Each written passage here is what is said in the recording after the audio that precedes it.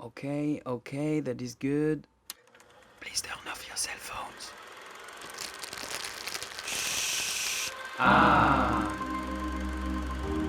I'm still standing. Yeah. Hello and welcome for the review of today. As usual, we're going to dive into each character's personality, each actor's personality, and we're going to watch out for what makes the identity, all the anchors of the movie, all the surrounding of it. And I'm Marc. We have a lot of work to do. We have a lot of fun to have. Let's get started. First, what I need to say before going further is that if you like the video, you can leave thumb up at the end of it.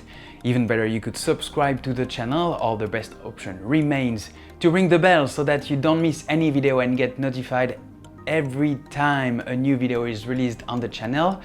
So now, no more talk. Let's start this review. As you've heard, maybe you haven't recognized it, I was singing I'm Still Standing from Elton John, so today we're going to talk about Rocketman, the biopic on Elton John. Yeah, when I went into theater, I was a bit disturbed because I watched some review prior to go into theater, and the reviews I watched on YouTube did tell me that some events were accurate, true, and some other were untrue or like built for the sake of the movie actually. And what I didn't like is that I felt a bit disturbed because when I go to watch a biopic, I want to learn. I don't want to have to think about I should sort out true event or untrue event. And I felt a bit disturbed about it. I didn't like it actually. But otherwise, the story itself, the movie is absolutely great. And so yeah, we are not going to point out in my review of today everything that was true or untrue into the movie, because it would be copy other reviews that I followed. So I suggest you to go to watchmojo.com, a channel on YouTube that is like 20 million people. Please give me 1,000 subscribers, 100 subscribers, 1 subscribers. I will keep believing in myself. I will keep being strong. I will grow organic. Sounds like vegan, no?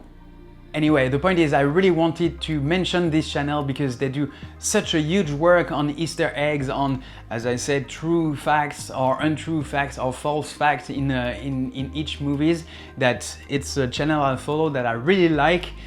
You can go to watch out. They are awesome. So yeah, go, definitely. But after the review of today, huh? They did such a huge work. Like, you see it at the ending credits. Like when you see the pictures from the actual events, what really happened, and the pictures that they took during the movie, they did such a good, not only a good work, but a huge work to reproduce the shape, the costumes, the situations, like the concert in both Bohemian Rhapsody and Rocketman.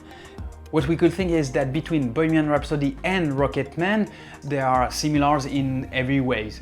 Actually, it's not the case. Like where the songs are set up as musical in Rocketman to describe situations that are explaining feelings and emotions of Elton John, it's a trigger to the situation, and all the actors, all the characters in the scene start to sing the song, and you have dances and so on. So it's really set up as a musical, rather than in Bohemian Rhapsody for Queen. You have the trigger. It's the song is not the trigger; it's the consequence. More set up like how they have been created, like the environment. What they have been motivated by, and so it's the whole setup of each song that is different in both movies. And the fact that Rocketman is actually a musical made me feel a lot of compassion regarding the situations that were lived by Elton John all along his life, but not a lot of emotion. Like, I felt more emotion into Bohemian Rhapsody than into Rocketman. I explain myself. Actually, when you set up a movie, a musical, for me, it takes me off the story. Like at the trigger when you go to sing the song, I'm like, okay, it pulls me off the story itself. The story itself, actually, it's the evolution of Elton John ever since he's young. So there is not much to say about it. But what we need to say about the characters is that the characters are really intense. Like Taron Egerton is someone who has already done a biopic. He played Eddie Eagle, the little guy who wanted to go to the Olympics, whatever it takes. So he chose ski jumping, and he trains a lot to make himself going to the Olympic Games, which he finally succeeded. But we're not here to talk about that movie.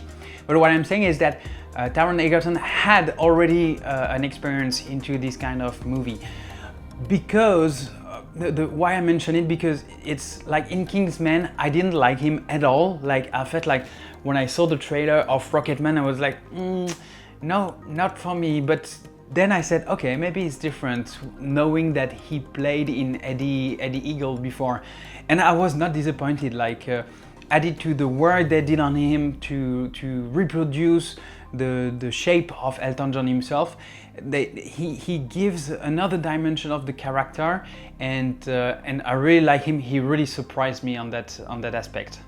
There is one supporting character that I really liked in the movie, is the character of Bernie Taupin. Actually, I don't know if I pronounce it well, but I'll pronounce it the French way anyway. Bernie is played by Jamie Bell. Back in time, Jamie Bell was Billy Elliot, and I really like this character because I felt like in the movie the same as what Elton John himself described in the interview when he was asked about the character. The point is, you feel Jamie Bell, you feel Bernie being always, not especially in the foreground, and especially not in the foreground, I would say, that he is still here, not being watched or seen by everyone, but you feel he's always here for Elton. And this is the kind of relation I really liked, because Jamie Bell, the actor, made it very well through his emotions, through the way he played, being really subtle into the emotions he gives, and you understand how strong the link is between him and Elton John. As a filmmaker, what I really liked is that the movie had the same impact as Churchill for me. I don't know if it rings bells for you, but what I really liked is that it's really well worked on the foreground at the same level as the background. Like there is no detail left behind. They have soft light, they have motivated light. Motivated light is like when you feel like it's natural light coming from daylight, for instance, but actually it's a light that has been recreated. So motivated light, practical lights, like all levels are really well worked out, and I liked it. The other aspect that I really liked is the sound. Like for Rocketman, the sound is crystal clear. Like you feel like you have headphones only for yourself in the theater. Like it's really impressive, and I've never heard such a level of quality in the sound recording, in the sound you can hear in theater. I was really impressed. How about the podium of this week, the new ranking? So we still have in third position Avengers Endgame. In fourth position we now have Rocketman. In second position we still have Spider-Man Far From Home. And in first position, still leader for weeks now, Fighting With My Family. So the full ranking has changed, as you can see, with the arrival of Rocketman this week. How about our flop movies now? We still have in third position Pokémon Detective Pikachu. In second position we have Godzilla King of the Monsters. And in first position, X-Men Dark Phoenix.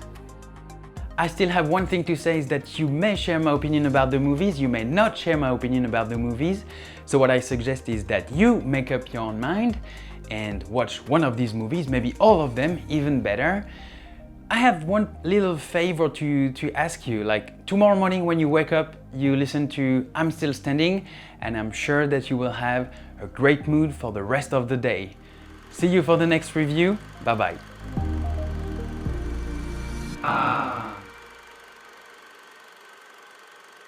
You can turn on your cell phones.